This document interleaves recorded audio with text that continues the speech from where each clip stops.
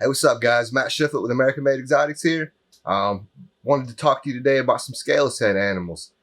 We had listed a couple of scaleless head adults for sale on the website, and I got a couple of inquiries on it and people asking me about the full scaleless. So instead of just responding multiple times to different people, I figured it might be a good time to dive into just talking about one specific gene during this video. So we'll talk about the full scaleless animal. The main question that people had when they were asking about the scaleless head adults was any husbandry differences with the full scaleless and like how they did and stuff, and if they shed okay. And again, it's just easier to just do a quick video and I'll show everybody at one time. So I wouldn't say that the full scaleless are necessarily more needy than a regular ball python. Regular ball pythons are just very bulletproof animals and pretty hardy, and they're very forgiving of husbandry mistakes.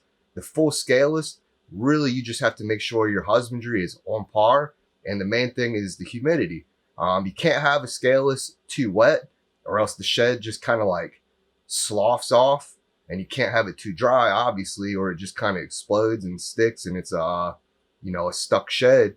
But the consistency of the shed on a scaleless animal is a lot thinner than a normal ball python. It almost has the consistency of like a tissue paper, and it's very, very thin. So that's why it's very easy to get the humidity too high by making the tub wet.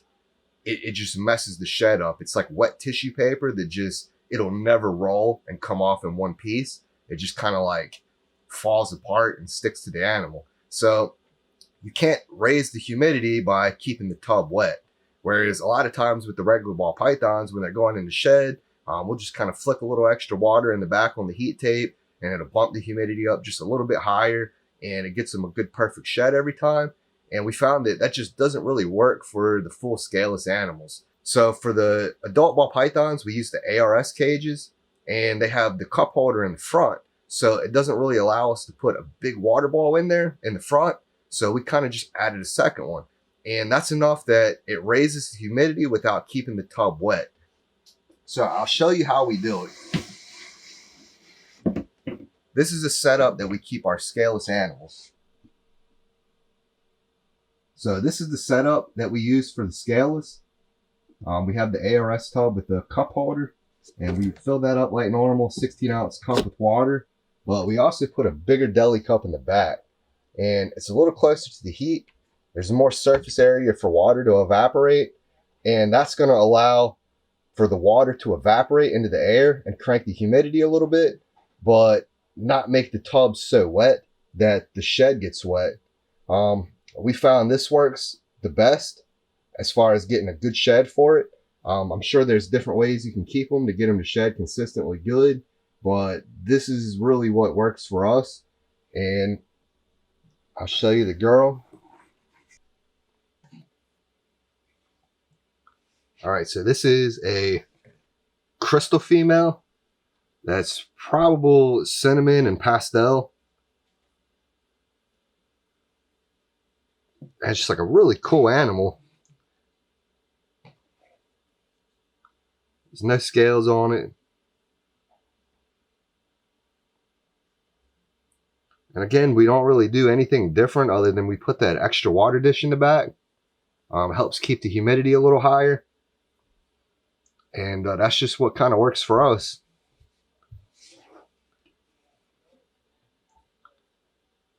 So now I guess we're talking about the single gene form, because to get a full scaleless, you would breed a scaleless head to a scaleless head. And scaleless head is a incomplete dominant trait, which is visual. So if you bred a scaleless head to a normal, half the babies statistically would be scaleless head and half the babies would be normals. If you bred a full scaleless animal to a normal, it would throw scaleless head every single time, and every baby would be scaleless head. So that's how the gene works. Let's take a look at some of the scaleless head and see what that does, because I think that influences the snake pretty much a lot on its own. Not as dramatic as the full scaleless, but they're still a very cool animal too.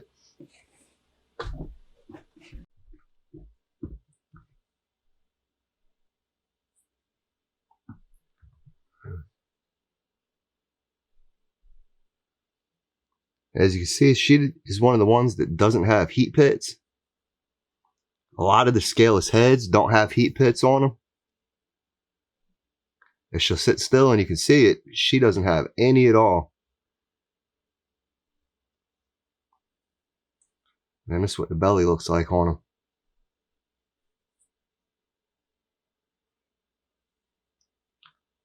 Almost looks like got a zipper on it down the bottom.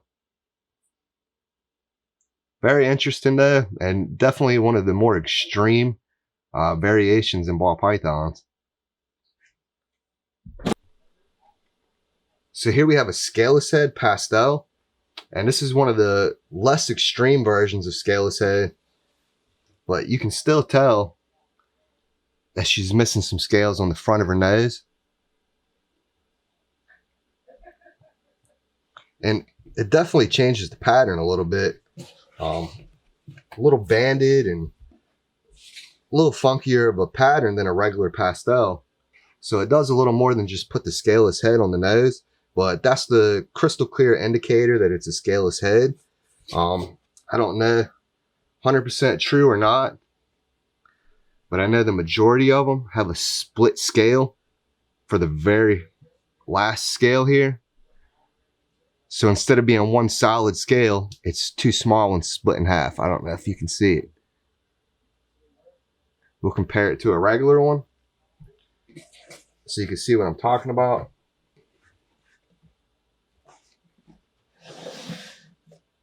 That's in shed. This is in shed too. We'll just go ahead. All right, so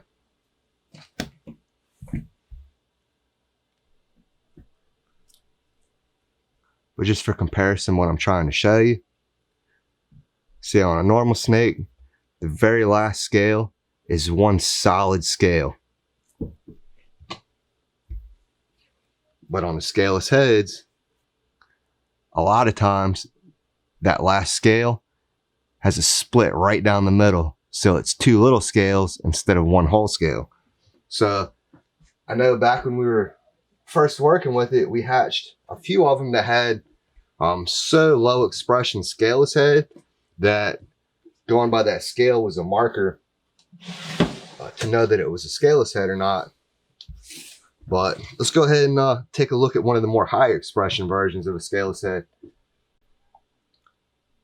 So this girl is a Pastavi scaleless head, and she's one of the more extreme expressions. As you can see, she is missing a ton of scales on her head.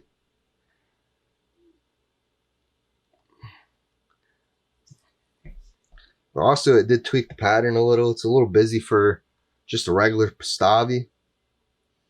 But that's how you tell right there. Scaleless head plus scaleless head makes a full scaleless. Alright, so we'll wind our video up on the full scaleless there. And we'll just kind of leave you with this girl right here. They definitely can thrive and do well. I think the turnoff for some people is that they're just not very forgiving of poor husbandry. And just very, I won't even say poor husbandry, just minor errors that a regular ball python would just still thrive in. The main thing with these is just the humidity. It can't be wet to increase the humidity, but they do need a higher humidity to be able to shed good. So you just got to find that sweet spot and that balance. And once you do, it's definitely possible to get them to have a good shed. And it's just a cool animal in itself right there, once you find that sweet spot. So anyway, thanks for watching. Until the next one.